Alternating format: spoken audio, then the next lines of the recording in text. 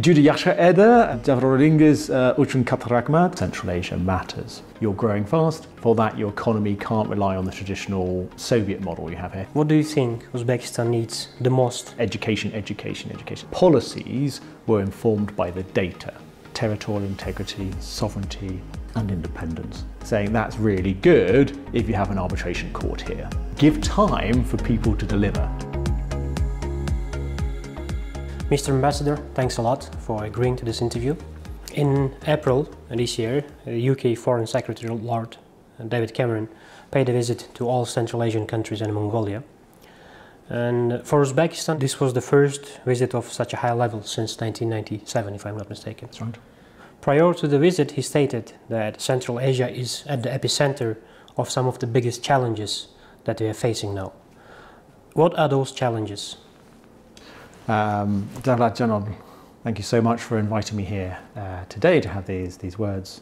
That was a truly historic visit by Lord Cameron. 27 years is too long between foreign secretaries, so he came back 4 days later in that week as well. So we had a really symbolic and historic visit, but one which focused on some key practical outcomes.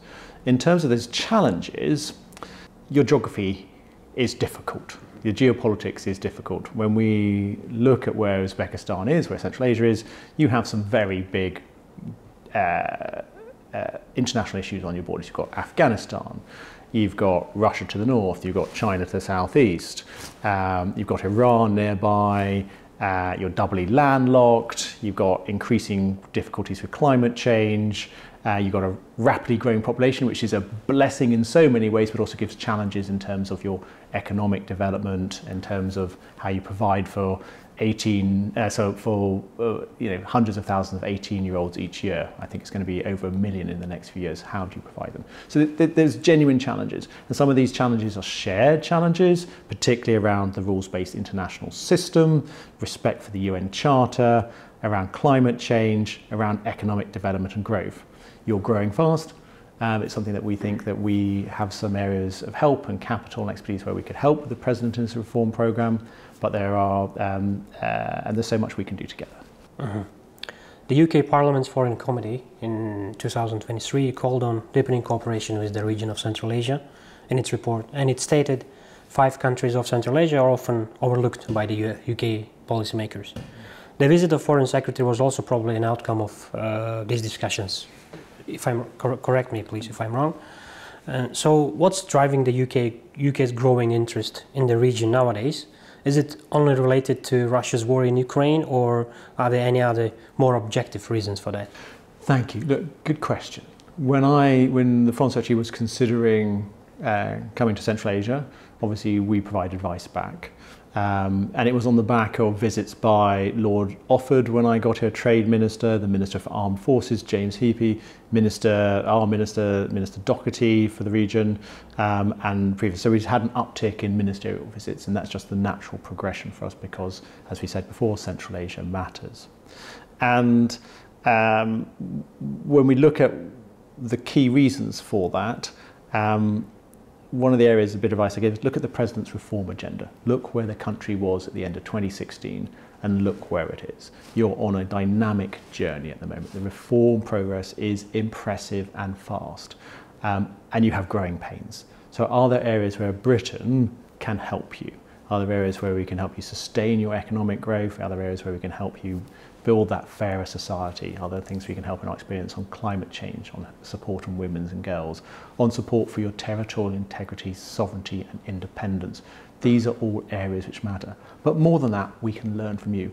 What is happening in Afghanistan? How can we work together to help build a more stable, fairer society there? What about other influences in the region? How can we help make sure they don't damage the reform process and your democracy and stability? How can we work together on that? Many countries like the US, Japan, China or European Union were involved in a multilateral format of cooperation with the region. Yet UK didn't try C5+1 format up until now. And according to the same report of the Parliament, it was recommended to hold a C5 plus UK meeting in 2024. Can you share any details on this upcoming multilateral meeting in terms of format, maybe possible dates? Yes, so I can tell you that we're very receptive to how Uzbekistan and the other Central Asian countries feel about this format. If it is a format which works for you, then we're very interested in it. And indeed, Lord Cameron went back hearing very clearly that the CA5+ format is something which could work well for yourselves and the other 4 Central Asian countries. So we have taken that on board. We've got the Foreign Secretary liked the idea, and we're looking for options to actually present a proposal back to yourselves, which would involve sort of very senior level contacts. Mm-hmm. So this will happen, but they're talking. So the recommendation is that we should do more on this format, and again, but also listening to your government and other governments in the region about what's best for you and when works. Mm-hmm. So expect to hear more about this in the next few months. All right. So going back to the same report, it was also mentioned that renewable energy should be one of the main topics of discussion between the UK and the countries of the region. Why do you think it's important? Mentioned already the importance of climate change. This is an issue we are all facing. Mm-hmm. Before coming out, I met with Uzbek academics in universities in the UK, including at Cambridge, Cavendish Laboratory, who told me they are working on what happens if crops in Uzbekistan have to survive under 50-degree temperatures. That's really difficult. So looking at making sure that we're sharing our best research to make sure that your agricultural production, the way you feed, not just Uzbekistan, but for your international markets, that you have the technology, the best research available to help you transition into a warmer world. That warmer world is something which threatens us all, our own security. And as we look at climate change, that's not just about food supply, water supply, that's also about tensions between the regions. And my government have really impressed that since President Mirziyoyev came to power, how that has brought Central Asia together in a way which wasn't happening before 2016. Now that Central Asian format, which I mentioned before, is now something is in a genuine spirit of connectivity and partnership, and that's led by shared water resources, shared energy resources, and bringing this not as a source of tension, but as a source of partnership. So we're looking at where we can help on that. And specifically, we may talk about this later, in light of Foreign Secretary's visit, we had some announceables, and one of those is Inclusive Growth Fund on green technologies, green growth.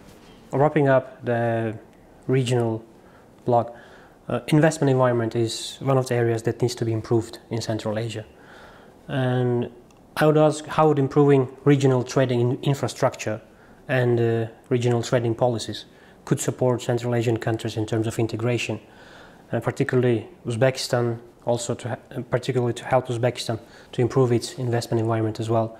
And what role can the UK play in this?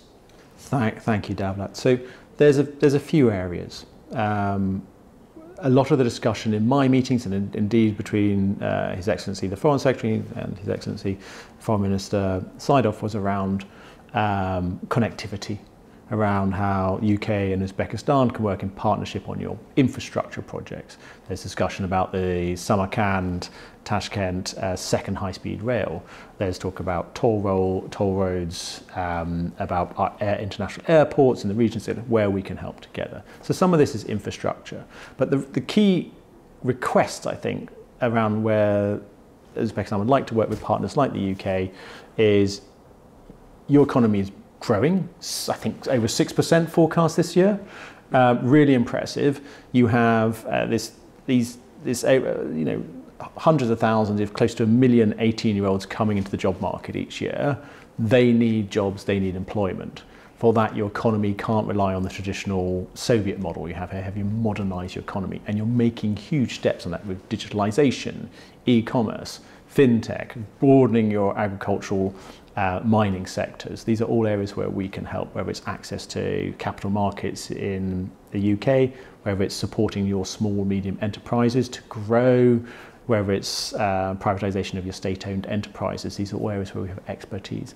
And this all hooks into the economic reform program, where we have the Effective Government for Economic Development program, where we work through the World Bank and others with the Strategic Reform Agency to help make sure that you have the analysis and data to furnish better economic growth. So then you can look at, well, what actually policies do we need? How do we work with the private sector? And on the private sector, when I talk about one of the biggest offers Britain can bring to help you build that economy, which is key to your independence and growth and provision for stability and jobs for the future generations. Where Britain can really help is access to London and the UK and those financial markets, capital markets, and those business partnerships and trading partnerships. That wins for us in terms of investment, but also wins in actually making sure you have the money and expertise and funding to really bolster your economy. Mm-hmm. Building on what you said about initiative on data and analysis, why is it important to base policies on data and analysis? Oh, I think I'm talking to a journalist who did a master's in public administration, so I think you know some of the answers. But to me, how do you, if you don't know the size of your population, how can you say what your GDP is? If you don't know how much water there is each household is getting for how long each day, and how can you say whether it's improved or not improved? If you don't know how many children are coming out of the education sector each year or going into it, how many new schools do you need to build? This takes years to plan. What jobs do you need to provide for the future? If you're investing only in cotton, you need to know what the demand for cotton is in the world markets, what it is for copper, what it is for kind of the e-commerce skills you're building, the service industry you're building, what is the demand going forward?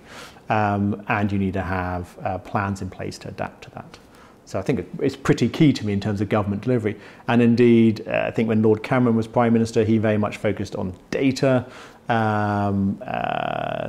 When Tony Blair was Prime Minister, he set up delivery unit models, which actually focused on making sure that the central government understood key data throughout the system and the population to make sure that the policies were informed by the data.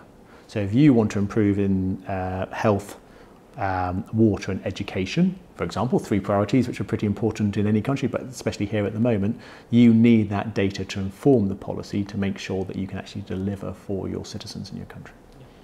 And there is a delivery unit nowadays in Uzbekistan too, which is also doing pretty amazing work under Strategic Reforms Agency. Yep. Let's go to bilateral relations now. And during the visit to Uzbekistan, Mr. Cameron said, we are not asking to choose between partners. And you mentioned the importance of supporting independence and sovereignty of the countries in the region. So what can the UK offer to Uzbekistan and countries in the region to support their sovereignty and independence? Yeah. So to my core, I'm a Democrat. And Britain is, as a P5 member of the UN, is dedicated to the UN Charter and the rules-based international system. That is based on territorial integrity, sovereignty, and independence. When we see powers challenging those, we see that as a challenge to us all, to all democracies in the world. And we stand by them, as you've seen in Ukraine. And indeed, with Poland in 1939, we don't stand by and watch these things happen. We are there to support a fairer, more inclusive world. And when we see bullies try and take away those rights of sovereign countries, we look to stand in partnership with them and let them know we are your friend. And that is if they want us to. We are not here to make your life more difficult. You are the best people placed to know what are in your interests, how you need to work with your neighbours and those influences. But our offer to you is we are here to help, not to make life more difficult. If anything we're doing could make your life more difficult, talk to us. That is not our intention. Practically, what that means is, if you want economic growth, come and talk to us. We have both public experience in public administration expertise, like the delivery unit, where we can share and help with, and others have it too. And on business, clearly we have a lot of foreign direct investment, capital, ability and experience where we can help. Education is a key offer we can help with, whether that's English language, whether it's transnational education. There's 11 British universities already have transnational education locations in country. I think 4 more about to come online, and with more looking. That's a big offer in terms of where you can learn either in the UK, where there's no limit on visas for those who want to study in the UK, but equally, if that's a bit more costly, you can study for British qualifications here in Uzbekistan. And that's quite something in terms of we being able to share our knowledge and us learning from you backwards.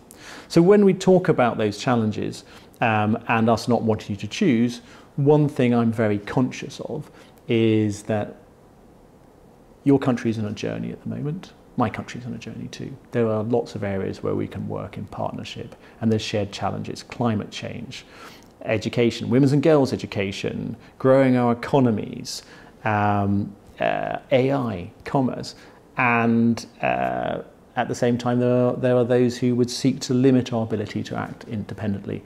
And if we can help you to grow your independence, that seems like a pretty good day's work to me.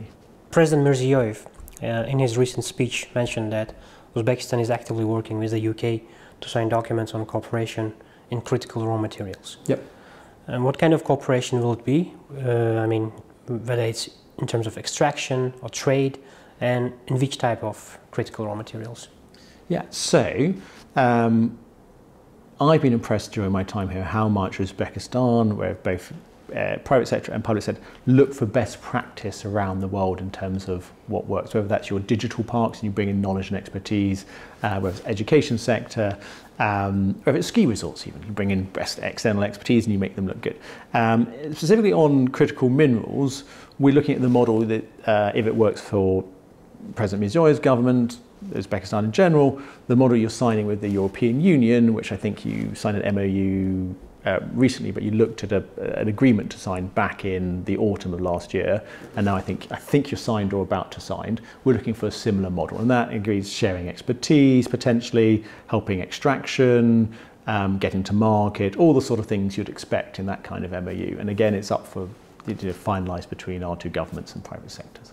In February 2024, Sky News reported that items including drone equipment and heavy machinery are being sent from the UK to countries such as Kyrgyzstan, Armenia and Uzbekistan, and then being moved to Russia. Since 2022, the exports of high priority goods from the UK to these four countries have increased by more than 500%. We know that some companies in Uzbekistan, such as Envision, for example, were put under UK sanctions. What other measures are taken by authorities of both countries in order to prevent sanction circumvention? Thank you. Thank you. It's a difficult subject, and the British government are very grateful for the spirit of cooperation that Uzbekistan and the other Central Asian states have shown in terms of working together with this. It's not always easy. Every time we have a suggested way of sanctioning a company, a pop-up company may appear. And it lasts a few days and goes, and we realise it's a difficult environment. But at the same time, not here, there's another country in the region where I understand that the number of dishwashers in country should by the imports be 4 per household. So you get these anomalies where clearly that's not the case, and that's since the war in Ukraine. So we realise it's difficult. What we have been doing, for example, in mid-February, we got a UK legal firm in, we paid for to come, spend a day of training Uzbek civil servants, government in terms of the legislative framework, the actions you can take to track sanctioned companies, sanctions goods, how to work together. And on the next day, we provide a similar capacity to private sector as well. And we look for opportunities to do that. And then back in November, we had senior officials jointly from the UK, EU and US here for talks to work with the government here about the progress, how we work together, what more support and concerns we have. And actually that partnership's been working strongly and well. So thank you. Mm-hmm. So the trainings to the private sector in order to make sure that they don't become part of this without knowing. Exactly. Right? What sort of things how they can, what to look out for, what the rules are for greater understanding. Because we understand it's difficult. There are big trade routes with Russia and others. What our key concern is that nothing that we send or goes through the system ends up on the front line killing Ukrainians. Mm-hmm. Essentially, it's a war of invasion and aggression. That's not right, and we will do everything we can to protect the sovereignty, independence of Ukraine, and sanctions is a big part of that. The UK became one of the desirable destinations for migrant workers from Central Asian region recently, after the launch of seasonal worker scheme for the workers from the region. We see news that nowadays job operators from the UK are looking into bringing migrant workers, not only for seasonal work, but also such occupations like nursing or even driving. Is there any data on how many people from Uzbekistan are now involved in seasonal work in the UK? Yeah, so we're talking about thousands. It's not the huge numbers you get in some of the other countries, but we think it's really important. I think seasonal workers from Uzbekistan and Central Asia were making up some of the majority of workers in the agricultural sector last year.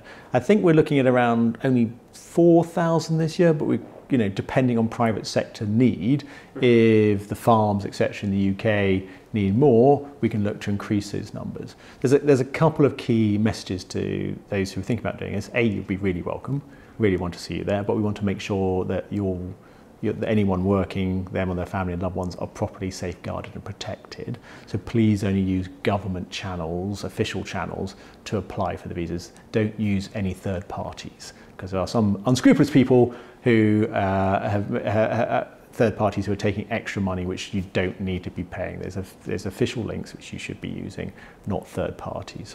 And similarly on wider programs, we're very much looking into it, what we could do to support, and as you mentioned, nurses and doctors, that all sounds pretty sensible to me, but at the same time we want to make sure you have the nurses and doctors you need for your own system. Mm-hmm. And will the UK consider expansion of quotas on seasonal work for Central Asia? So that expands and contracts each year depending on the private sector need in the UK, and there's domestic politics to this in the UK in terms of the size of the numbers, and something which I think we will look again next year as well, but at the moment it's healthy, we like it, it's working well. We just need to make sure that those who go from Uzbekistan and the region to the UK have a really good experience, and then actually when they come back, that money, we have programs, we're working with IOM, etc., to make sure that money's reinvested so they can start their own companies and things. So it generates local growth as well when they get back. It's not just spent all at one go. During Mr. Cameron's visit to Uzbekistan, there was a memorandum and declaration signed mentioning that education, climate change, business and trade, all the areas you mentioned, as important in terms of bilateral cooperation. You already mentioned how important they are. So I will go straightly to my next question. Particularly talking about the education sector, it was mentioned that number of Chevening scholars for the region and Uzbekistan will be increased. So how many scholarships will be available? So my ambition on this is quite large. So the education point is really important. It's fundamental to what we do here and how we help. And I think that President Mirziyoyev himself has talked about the importance of education. And it's something I have seen repeatedly here. I wasn't expecting such widespread use of the English language here. And certainly the generation, post-Soviet generation, the amount of English language is truly impressive. And I think that's part of, Uzbekistan standing on its own 2 feet, opening up to the global markets, being able to, your youth being able to compete for jobs internationally, bring that experience back. So on Chevening, I think we're looking at 15, we're doubled to about 15, 16 this year. I am conscious also that under UMID, now UMID Plus, you're sending, I think, over 100 Uzbeks to study each year for master's program in the UK. That's impressive. And we're seeing those people in positions of influence, in business, in civil society, in government roles. People who have come back to the UK for over 20 years now, looked at how we do things, thought that's useful for my country, that's not useful for my country, brought back that knowledge, and people who are dedicated to public good come back and share that, and making your systems reflecting some of the best internationally, and if something doesn't work in my country, saying that's not going to work here. However, this way of investment, this way of education, and the fact that Cambridge University Press, I believe, is providing the textbooks across secondary school, at least in country, that's impressive. You've seen an education way of educating you like, and you've brought it back here. Those sort of opportunities we're looking for. And we have in light of the Foreign Secretary's visit, we have an education program, about £6.5 million if memory serves, looking at increasing English language provision, looking at English language training, looking at the systems, looking at how your education systems can be more efficient, looking at exam syllabus, etc. So a whole of education system approach. And those we will look to work with international partners like UNICEF and others to deliver on the educational needs, priorities of your government. Mm-hmm. In terms of cooperation with the region and Uzbekistan, the UK also stressed the importance of increasing the capacity of the governments in tackling corruption and money laundering, which can eventually bring to better economic development in the countries. What kind of assistance is the UK offering to Uzbekistan in that regard? So we do have the existing, I think it's around £25 million programme on effective government for economic development, which we mentioned a bit earlier in terms of making sure you have the data. Part of that is also clearly a governance angle. One of the biggest offers I think the UK as a model can help is an international arbitration court, the Tashkent International Commercial Court, which was announced by President Mirziyoyev during the recent Tashkent International Investor Forum on 2nd, 3rd of May. That's really useful and important for investor confidence. Essentially, whatever country you go into at an arbitration court, it says to medium and larger enterprises, hopefully some small ones too, that if you come here and you invest, there is a clear legal surety on your investment that you go to arbitration. Now, that works on a few levels. One of the levels is the Gulf does it, Singapore does it, Kazakhstan does it, and it has massively improved investor confidence and therefore the flow of foreign direct investment into those countries. And indeed, when I was at the TIF, at the International Forum, I heard even companies from the Gulf saying that's really good if you have an arbitration court here. Mm-hmm. This is not about British companies only, it's about South Asian companies, it's about Gulf companies, who gives the insurance to know that when they come here, that they have an internationally recognised court where they can go to arbitration in. That's really important. In the first year alone, it would have realised about, the experts tell me, about $400 million of additional investment for your country. They're a bit expensive, the courts, but they're not $400 million, and that would grow in time. And just look at what's happening in Kazakhstan. It also helps in that that court was designed to have an international president of the court, a British judge, I think, and a registrar. But it would have been training Uzbek lawyers to take over in the future. So building a skill set, again, transferring best international practice into Uzbekistan, so which I thought was quite compelling. I understand it's going to be moved to one of the digital parks now. That will take some more work on the legal framework, but the idea, the purpose of it is really strong. And as long as it can be recognised internationally as independent and with no way of it being undermined, it will help deliver huge amounts of foreign direct investment for your country. So it's really important. And if we can go back to the cooperation in terms of green technologies you mentioned. Yep. So again, what kind of cooperation is happening there between the UK and Uzbekistan?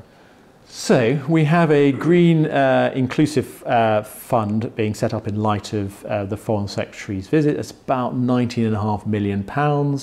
And that's looking at where we can help in capacity building, government to government, etc. But particularly in there's a specific financing model, bringing in private equity and bringing in international finance to help identify what SMEs, small medium enterprises, need to support on green technologies and building capacity, but also on some of the investments in terms of regional infrastructure, energy, water, renewable energies, what programs you need as a country, how that connects across the region, international regional connectivity to help really build up your renewable sector and green technology. So hopefully that's quite an attractive offer. And certainly it's something where I'm quite passionate about. We can do more and we can support.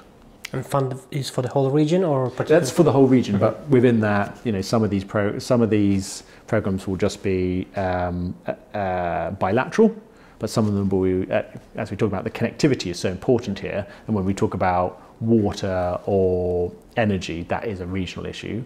And you've got a lot of Soviet era technology which is getting older and very inefficient, and you have some of the largest carbon footprint per capita in the world. We want to help you reduce that, and so a lot of this is catalytic money, where it helps identify areas you say as problems and issues where we can work together, working with IFIs, working with private equity, working with business, working with governments about where can we help you develop those technologies which will have the greatest impact. And how do we finance them, looking at that. I have been mentioning parliamentary report a lot today, but it was a very important document to understand UK's foreign policy in the region. Again, going back to the report, it mentions that there was a recommendation to organize a diplomatic academy for the diplomatic corps of the region's countries. Yep.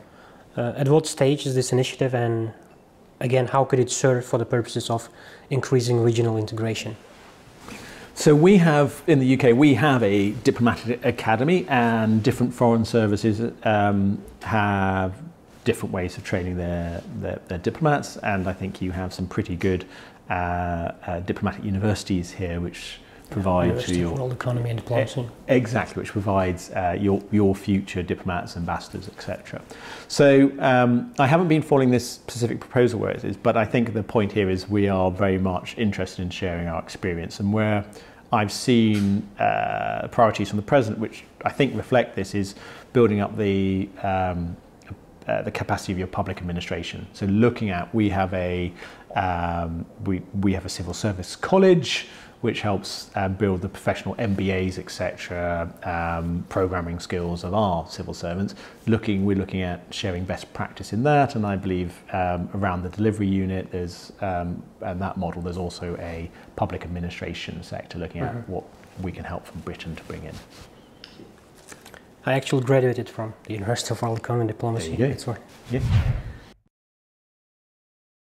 Your Excellency, you spent a little less than a year in Uzbekistan already. After all this time you have been learning about the country, what do you think Uzbekistan needs the most at this point of development? Besides breathing space, I sat down with some of the heads of the IFIs in country, and they said this is one of the few countries in the world where the drive is so palpable, it's so good. You're booming as a country, and the sense of purpose is really strong behind the President's reform programme. I think the message sometimes is just give time for people to deliver.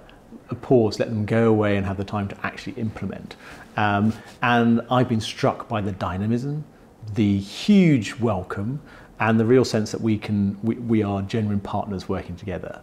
And that's really rewarding. And your culture and your history is fantastic. When my own country, as we were talking about at the past, was in the Dark Ages, some of the greatest world philosophers, some of the greatest astronomers were flourishing in Bukhara and Samarkand and Khivan across the country.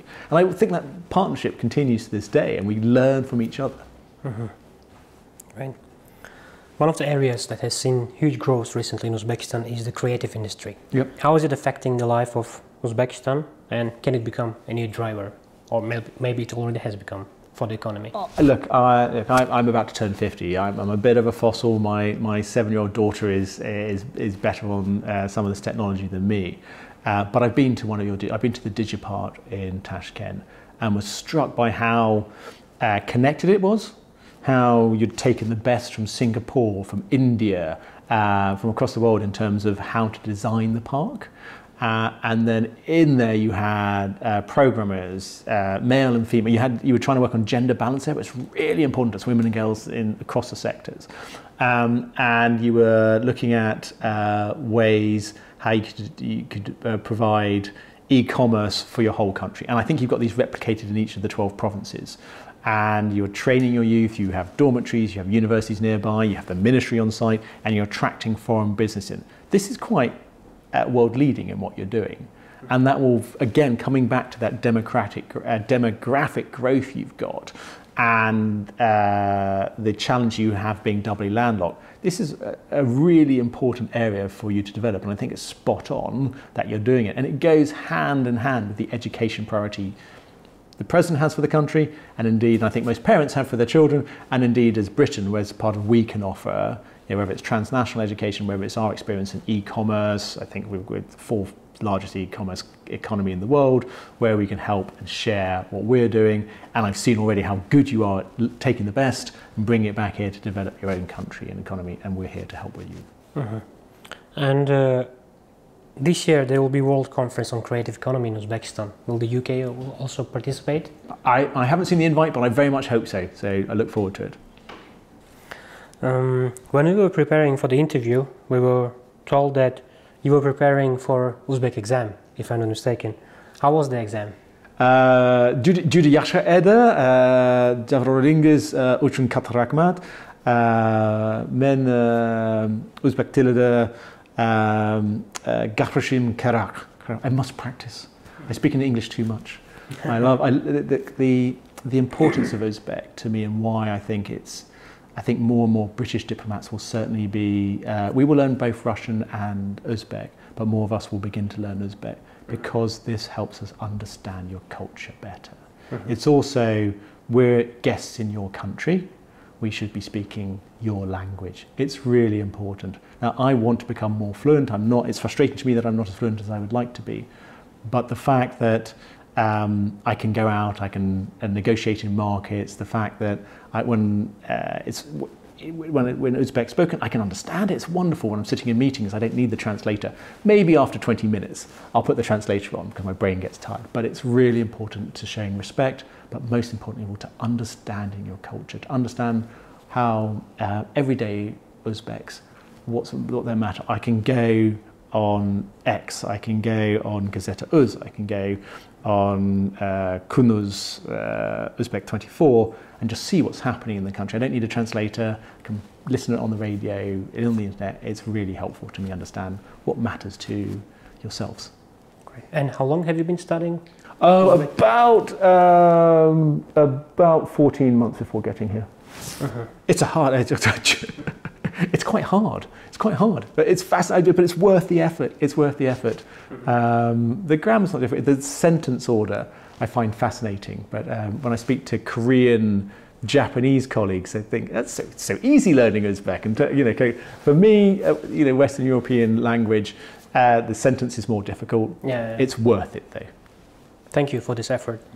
My last question for today would be: when I interviewed your predecessor, Ambassador Torlo, I asked him what kind of advice he was planning to give to you prior to your arrival.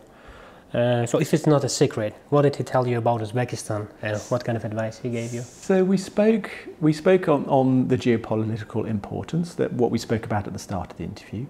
We spoke about the warmth of the hospitality lasting all his many years here, how sad he was to leave. And I think the main message was enjoy it. It will feel too short. When you're there, there's an opportunity for us to continue to build ever stronger, closer relations. And I'm very grateful for the previous Tim, Ambassador, for all the work he and the teams did then. And it's a real pleasure to take forward their good work and build that partnership, not just for today, but for our children as they come. Mr. Ambassador, it has been a great interview and pleasure to talk to you. Thank you. The pleasure is all mine. Javrovalingiz, Sizlaringiz, Dostlaringiz uchun katta rahmat. Sizga ham rahmat, kattakon. Thank you.